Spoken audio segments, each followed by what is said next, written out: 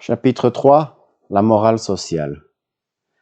Il convient d'abord de dire clairement, au sujet de la morale chrétienne visant les rapports d'homme à homme, que le Christ n'est pas venu prêcher une nouvelle morale. La règle d'or du Nouveau Testament, fais ce que tu voudrais qu'on te fasse, est un condensé de ce que chacun, au fond, a toujours su être vrai. Les véritables grands maîtres de morale n'introduisent jamais de nouvelles morales, et ceux qui le font sont des charlatans et des excentriques. Comme le dit le professeur Johnson, les gens ont plus souvent besoin qu'on leur rafraîchisse la mémoire qu'on les instruise. La tâche véritable de tout professeur de morale est de nous ramener sans cesse en arrière aux vieux principes simples que nous sommes tous désireux d'oublier, tel un cheval réticent qu'on éperonne vers l'obstacle qu'il a refusé de franchir, ou un écolier reconduit sans cesse au paragraphe de la leçon qu'il veut esquiver.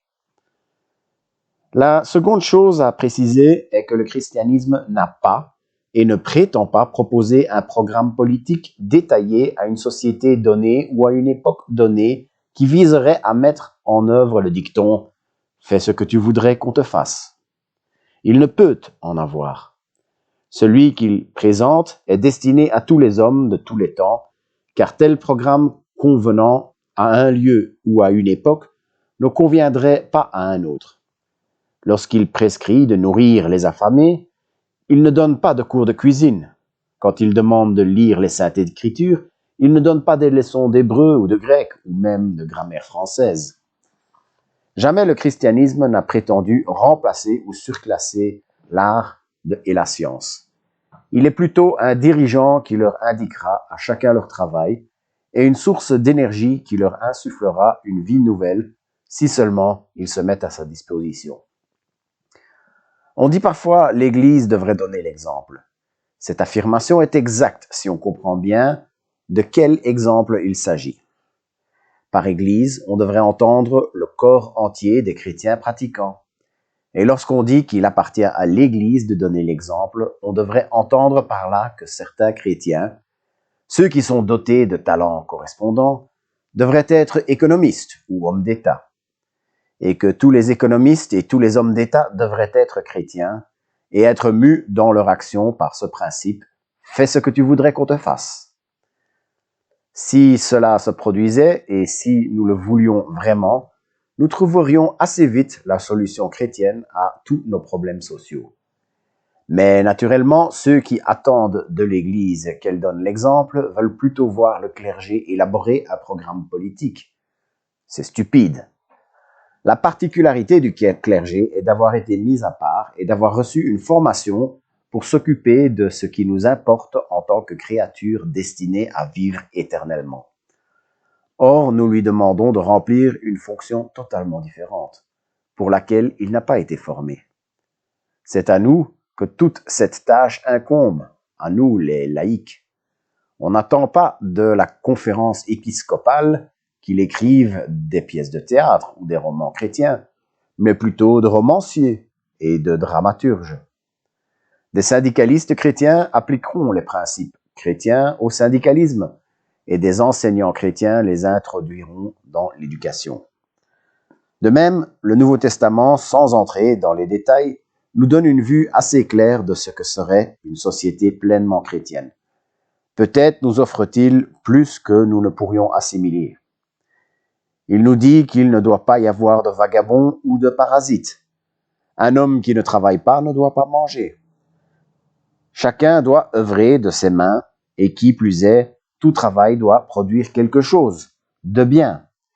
Ainsi disparaîtraient les usines de ridicules objets de luxe et de la publicité encore plus ridicule qui nous incite à les acheter. Il ne doit y avoir ni frimeur, ni planqué, ni m'as-tu vu. Une société chrétienne ressemblerait alors à celle que nous considérons maintenant comme de gauche. D'autre part, la Bible insiste sans cesse sur l'obéissance, obéissance et marque de respect de nous tous à l'égard des magistrats correctement nommés, des enfants vis-à-vis des parents et, j'ai peur de me rendre impopulaire, des épouses envers leur mari.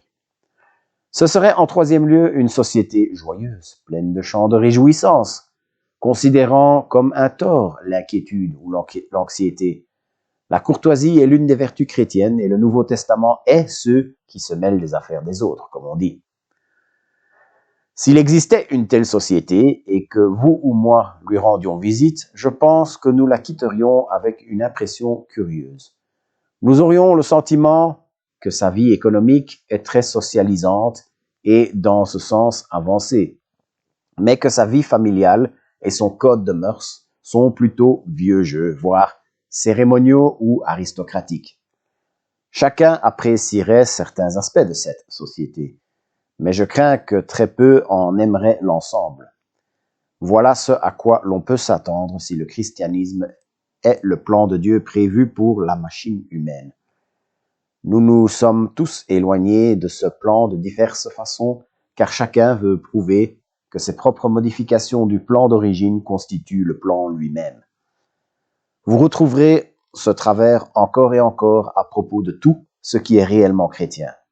Chacun est attiré par certains aspects de l'ensemble, mais laisse de côté le reste.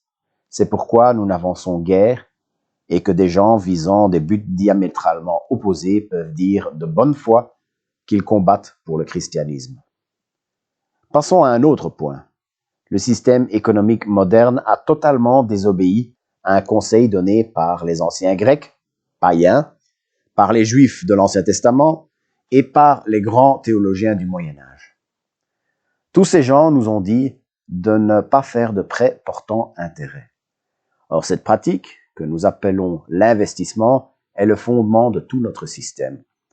Ceci ne veut pas nécessairement dire que nous ayons tort. Certains disent que lorsque Moïse, Aristote ou les chrétiens s'accordaient pour interdire l'intérêt, ou l'usure, comme on l'appelait alors, ils ne pouvaient prévoir le développement des sociétés par action. Ils ne pensaient qu'aux prêteurs particuliers et, par conséquent, nous n'avons pas à nous soucier de leurs propos.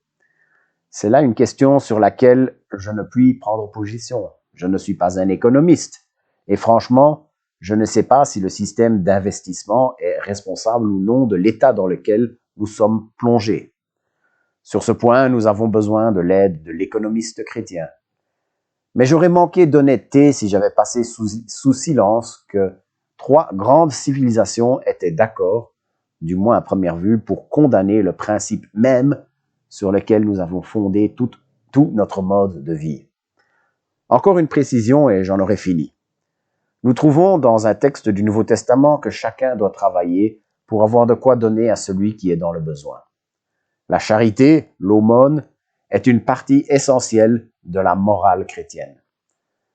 Dans la saisissante parabole des brebis et des boucs, il semble qu'elle constitue le principe charnière de ce récit.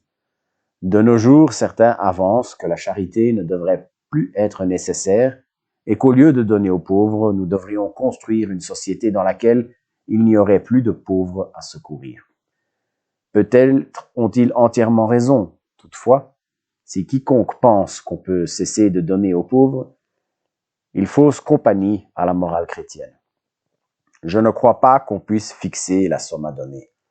J'ai grand peur que la seule règle valable soit d'offrir plus qu'on ne peut épargner.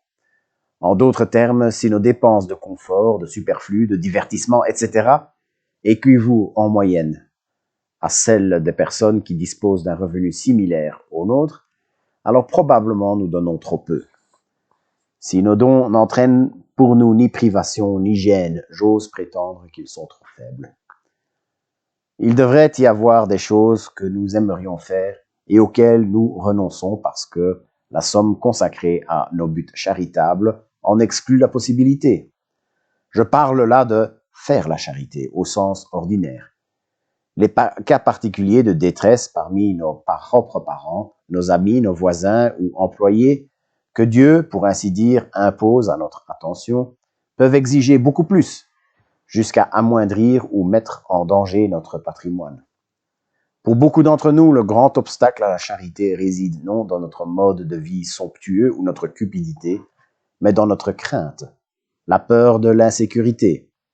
Cette crainte constitue souvent une tentation.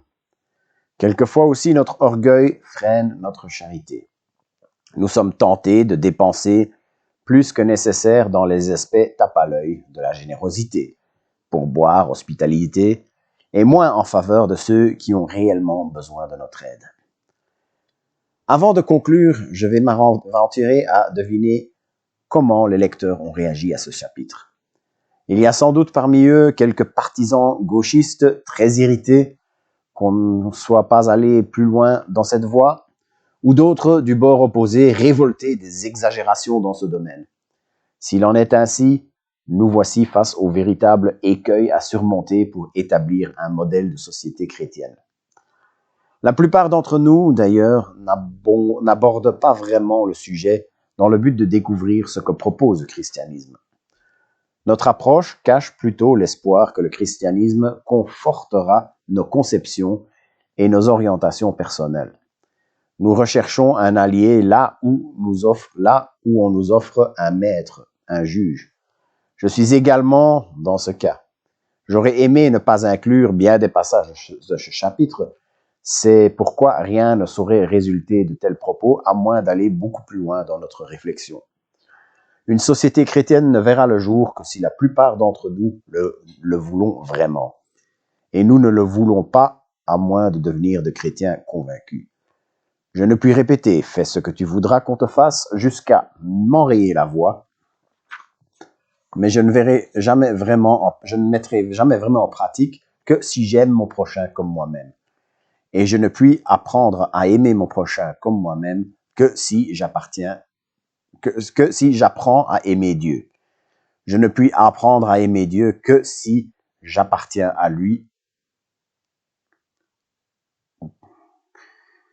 Je ne puis apprendre à aimer Dieu que si j'apprends à lui obéir.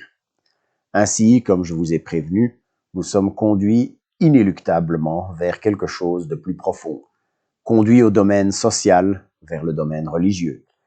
Car le chemin le plus sinueux, c'est le plus court pour rentrer chez soi.